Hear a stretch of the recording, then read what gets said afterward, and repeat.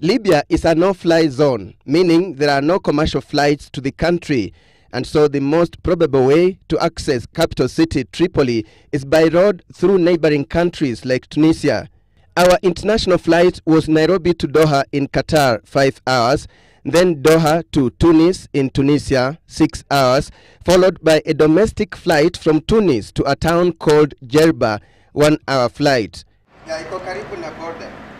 On arrival in Jerba, we get news that rebels are advancing towards Tripoli and the highway from the Tunisian side is closed. We embark on our journey to look for temporary accommodation as we plan the way forward. Tunisians speak Arabic and French. Ce n'est pas possible. Pour nous jusqu'à les frontières. Pour nous les Tunisiens, oui, jusqu'à les frontières. I'm able to communicate thanks to my little broken French. The taxi driver tells us the border is closed to foreigners and it would be dangerous to travel to Tripoli even if we were given permission to proceed. Jerba is a tourist town bordering the Mediterranean Sea. By evening, we learn that so many Libyans have come here following the conflict back home. Destination Tripoli. Is it mission impossible for us? So near, yet so far. Early the following morning, we embark on the journey to the border point, about an hour's drive. Something strikes our curiosity. Jerrycans of fuel piled on the roadside. The residents are surprisingly very welcoming and eager to tell me about their lives. Black market in petrol is the business thriving here, from super to diesel and kerosene. This man tells me it is normal here to sell fuel this way, never mind the risk. And they have been doing booming business with Libyans or foreigners driving into Libya who may not be sure about getting fuel ahead. Their currency is dinar, also used in Libya. A litre of super costs the equivalent of about 100 Kenya shillings. Well, I'm now at the border between Tunisia and Libya.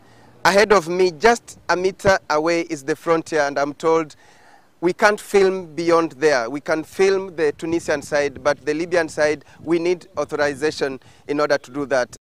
However, police at the post are happy to be associated with journalists from President Barack Obama's land, Kenya, and following the excitement, they allow us to get a few shots of the border point.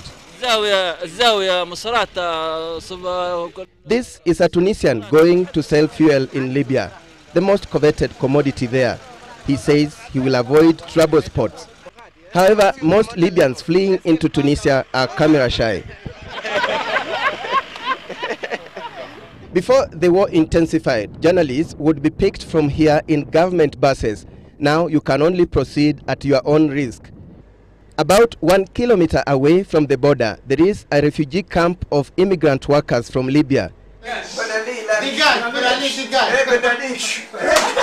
At this barber shop, Tunisians make jokes of how they made their leader Ben Ali take off in January, sparking a wind of change in Northern Africa that infected Egypt and Libya.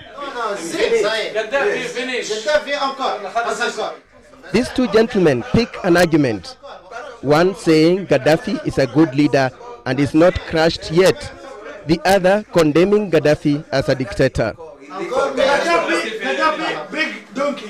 As they break their fast in the evening, Libyans living here monitor events back home on TV, with rebels promising to deliver victory any time now before the end of this month of Ramadan. On the map, this is the border point where our journey to Tripoli ended. Call it Mission Impossible or the story of our story. And from Jerba in Tunisia, I'm Alex Chamwada. Au revoir. Bye-bye.